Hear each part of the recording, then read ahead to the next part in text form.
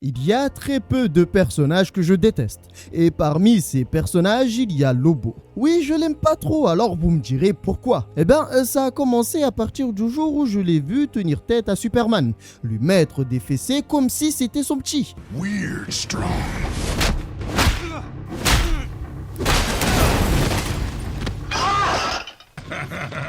Ah non, je l'assume clairement sans problème. Je suis un rageux de première classe. J'aime beaucoup l'homme d'acier, bien que je n'apprécie pas vraiment le fait qu'il soit trop gentil, ce qui fait qu'il paraît plus faible et ça lui enlève tout son charisme. Le voir se faire taper par un alien sorti du trou de balle de l'espace, ah je vous le dis, je l'ai très mal vécu.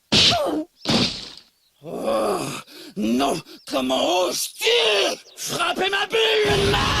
Bien le bonjour tout le monde, j'espère que vous allez bien. Aujourd'hui, nous allons voir l'histoire de Lobo. Il y a quelques jours, pour ceux qui s'en rappellent, je vous avais partagé un sondage et vous avez choisi le vieux Lobo. Car oui, il en existe un nouveau. Il est apparu après New 52. Il est moins charismatique et en vrai, vous avez bien fait de choisir l'ancien. Ce dernier apparaît dans les comics avant New 52. Il impose le respect, il impose la force et transpire la brutalité, et ce, dès sa naissance. Dites-vous que certains se chient dessus juste après avoir entendu son nom. En fait, il est Lobo. Et même si je ne l'aime pas, il faut reconnaître qu'il est extrêmement fort. D'ailleurs, il est aussi très drôle. Vous l'avez demandé et étant un homme rebelle, un homme charismatique qui ne se laisse pas diriger et dominer par sa communauté, j'ai accepté de faire la vidéo.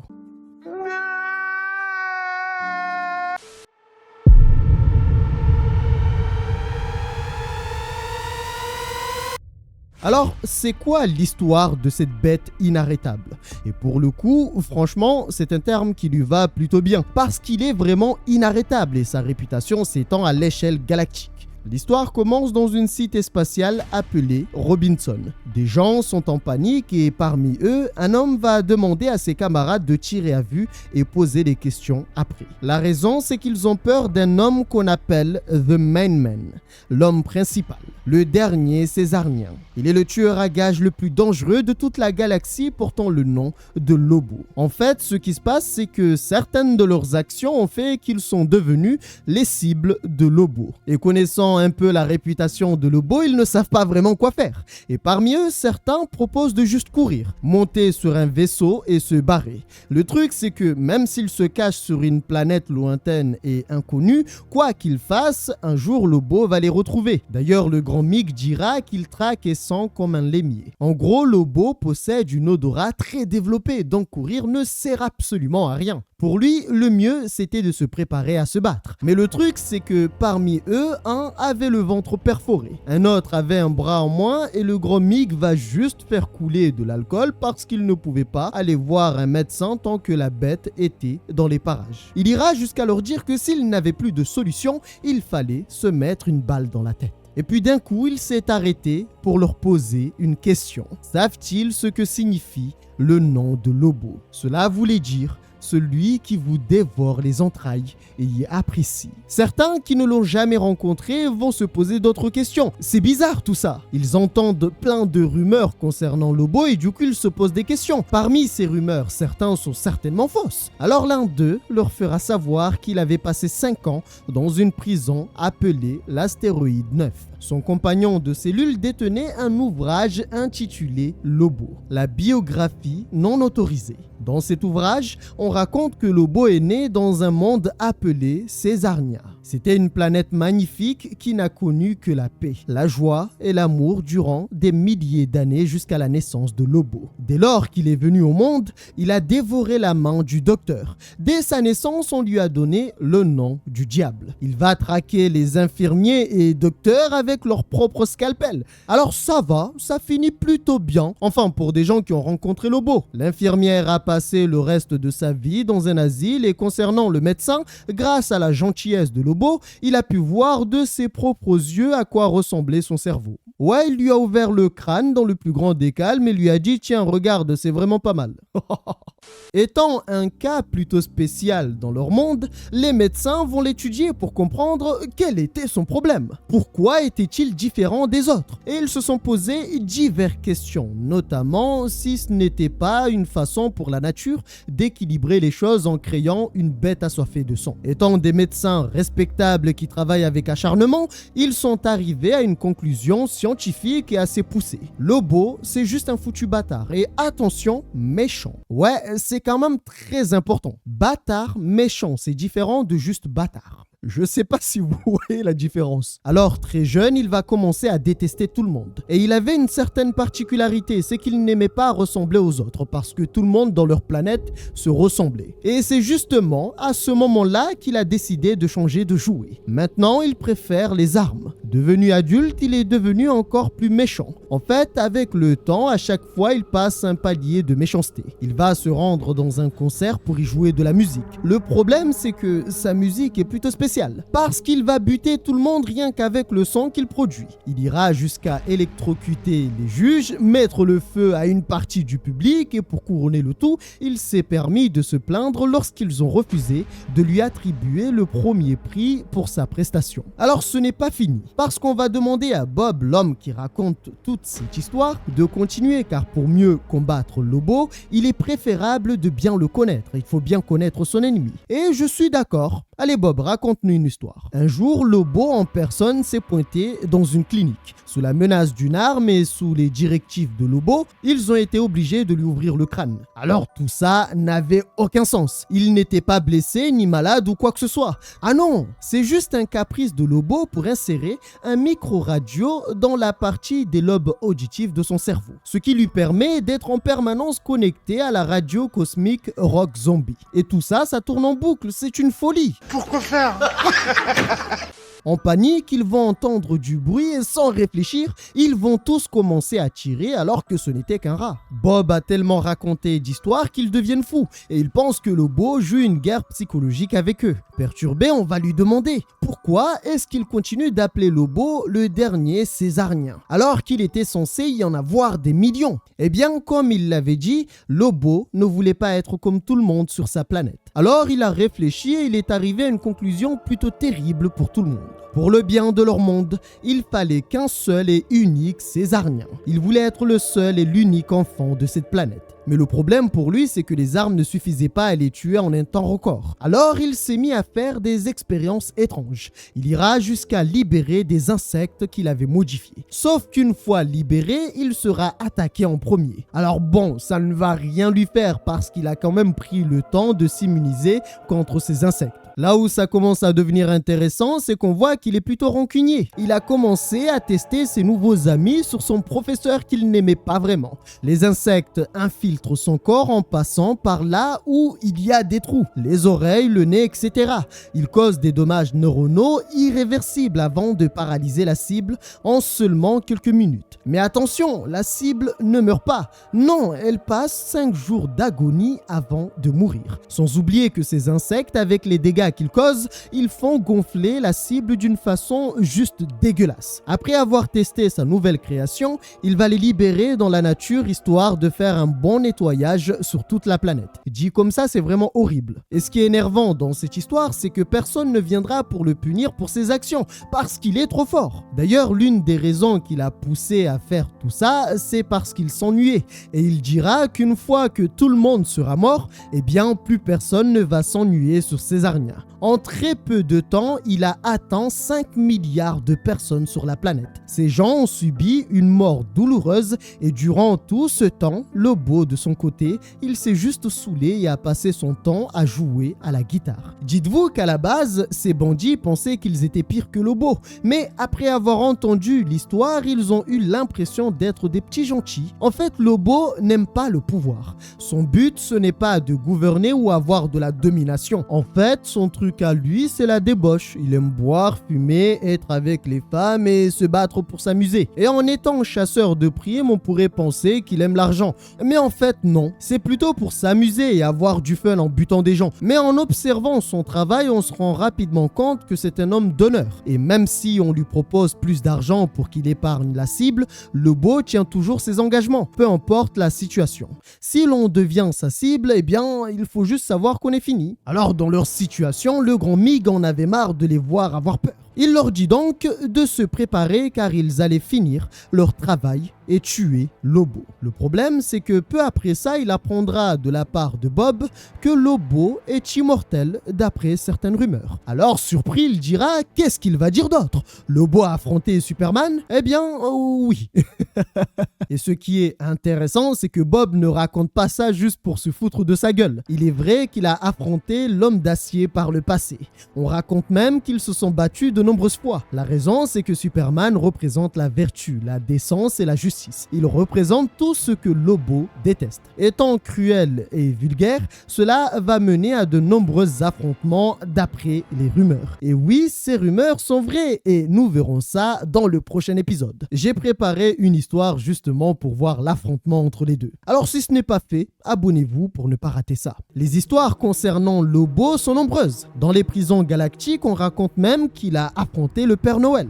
Non, sans blague, le Père Noël. Un jour, Lobo a pété les plans et a décidé de détruire tout son empire. On raconte que la bataille a duré plusieurs jours car le Père Noël n'était pas un simple adversaire. Il était grand, musclé et très fort. Et ici, on parle de force brute.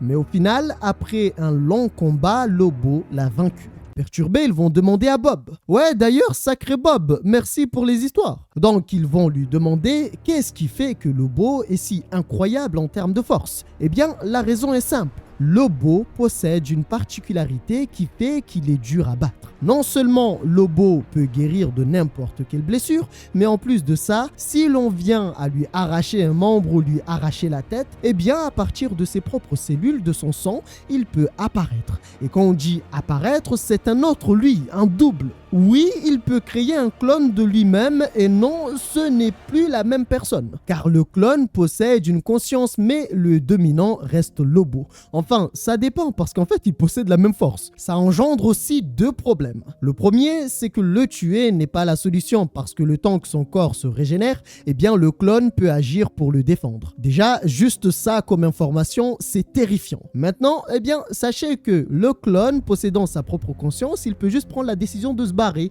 et abandonner l'autre Lobo.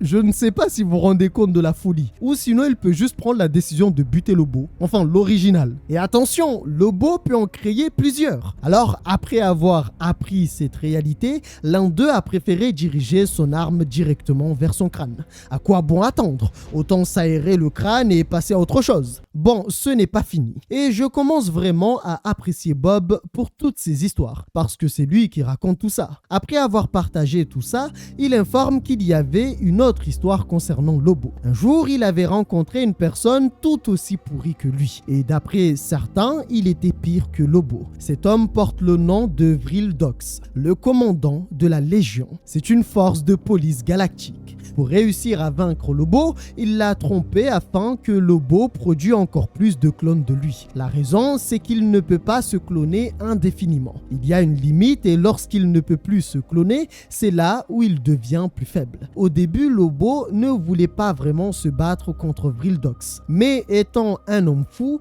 Vril l'a encore une fois trompé, ce qui fait que depuis lors, ils sont ennemis jurés. Après ces événements, un des clones de Lobo avait réussi à s'échapper et comme je l'ai dit, chaque clone créé par Lobo possède une conscience, ce qui fait que lorsqu'il avait pris la fuite, il aurait pu vivre une autre vie tranquillement ou même régner sur la galaxie. Mais malheureusement pour ce clone, après avoir pris la fuite, Lobo va le traquer et durant le combat, l'un des Lobos va remporter l'affrontement. Le problème dans cette histoire, c'est que personne ne sait si c'est le clone qui a gagné le duel ou le vrai Lobo. Le seul qui connaît le vainqueur, c'est justement le vainqueur. C'est vraiment un truc de fou ce personnage. Non mais ouais, ça commence à faire beaucoup d'anomalies pour une seule histoire et pour un seul personnage. Après avoir fini de raconter l'histoire, l'un des hommes est devenu complètement fou. Pour lui, ils étaient tous condamnés et pensaient même que Lobo allait les torturer avant de les manger. Alors, il s'est tout simplement jeté dans le vide pour ne pas se retrouver face à Lobo. Mais vous allez voir qu'on va le recroiser plus tard. Le grand Mig va prendre la décision de les réveiller et leur dira que ça allait être le travail le plus facile qu'ils n'ont jamais eu. Alors, ils vont commettre un braquage. Le truc, c'est que juste à côté, il y avait Lobo. Et juste par terre un prisonnier. Je vais pas vous révéler encore son identité. Il va se lever pour leur demander de rester calme. Car comment allait-il pouvoir prendre le petit déjeuner tranquillement s'il tue tout le monde et le patron du resto? En fait, c'est son endroit préféré. Alors, il leur conseille donc d'aller en face, d'aller voir la concurrence. Et d'ailleurs, il ira même jusqu'à proposer de les conduire si nécessaire pour aller braquer en face. Ce qui avait surpris le patron du restaurant. En fait, il avait l'habitude que ce soit Lobo qui détruit son restaurant. Du coup, là, le voir non seulement lui sauver la vie, mais en plus de ça, ne pas détruire son restaurant, c'est une première pour lui. Chose promise, chose due, il les a conduits devant la concurrence, devant le restaurant qui se trouvait en face. Tout ça afin qu'ils puissent faire tranquillement leur braquage, ce qu'ils vont faire. En fait, à ce moment-là, aucun d'eux ne l'avait reconnu. Puis après ça, il commencera à rigoler. Alors on lui demandera pourquoi il rigole. Et d'ailleurs, le voir rigoler devant eux, ça ne leur faisait pas vraiment plaisir. Du coup, ils vont lui demander de sortir son portefeuille, juste parce qu'il a rigolé. Alors la suite, c'est comment dire? Un bras va commencer à voler dans les airs et tout ça sera arrêté par un coup de marteau de la part de Grand Mig, ce qui va l'envoyer dans les nuages. Et ces hommes qui avaient peur de lui sont tout simplement partis avec l'argent, tout en ne sachant pas que c'était Lobo qu'ils venaient d'agresser. Là où ça commence à devenir intéressant, c'est que dans le véhicule, il y avait une radio qui les informe de tout ce qui se passe. Et ils entendent les forces de l'ordre dire que ces gens étaient dans la merde. Car bien qu'ils étaient dangereux, cela n'allait plus être un problème une fois qu'ils seraient rattrapés par Lobo. En fait, l'argent qu'ils venaient juste de voler, c'est la prime du prisonnier que Lobo avait capturé. Quelque temps plus tard, celui qui avait sauté dans le vide refera son apparition, mais cette fois-ci avec plusieurs armes tranchantes plantées sur le dos. D'ailleurs, je ne comprends même pas comment c'est possible qu'il soit toujours vivant. La personne qui a fait ça, c'est Lobo, et il s'avère qu'en fait, c'était le prisonnier qu'il avait capturé. Arrivé, il va informer à ses camarades que Lobo l'avait attaché à une bombe. Surpris, ils vont tous tenter de prendre la fuite. C'est là justement qu'il fera son apparition et pour nettoyer un peu son image, il leur donne la chance de se rendre. Malheureusement, ils prendront la décision de l'éliminer, ce qui n'était pas vraiment le bon choix. Du coup, ils vont se faire massacrer. Tout ça avec le sourire, bien sûr. C'est important. Pour terminer son travail, il va planter une lame dans le crâne de Bob, avant d'attraper son camarade, le Grand Mig, pour le briser les doigts avec son propre marteau. La suite, ce n'est pas nécessaire de la décrire. Cependant, ce que vous devez savoir, c'est qu'il ne va pas les tuer juste comme ça.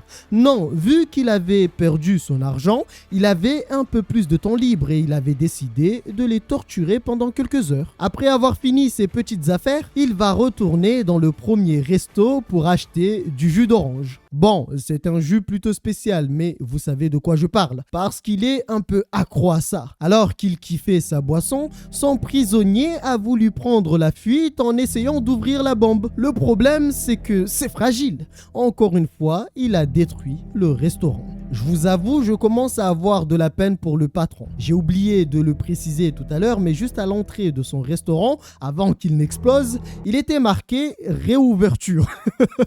En fait, Lobo, quelques jours ou quelques semaines juste avant, il avait pété son restaurant. Et le pauvre, il venait à peine de le reconstruire. On pourrait se dire, bon, c'est de sa faute, il va s'excuser. Ah ben non, la seule chose qui l'inquiète, c'était sa boisson. Et du coup, il demandera au patron s'il avait installé le réfrigérateur à jus d'orange à l'épreuve des explosions comme il l'avait demandé.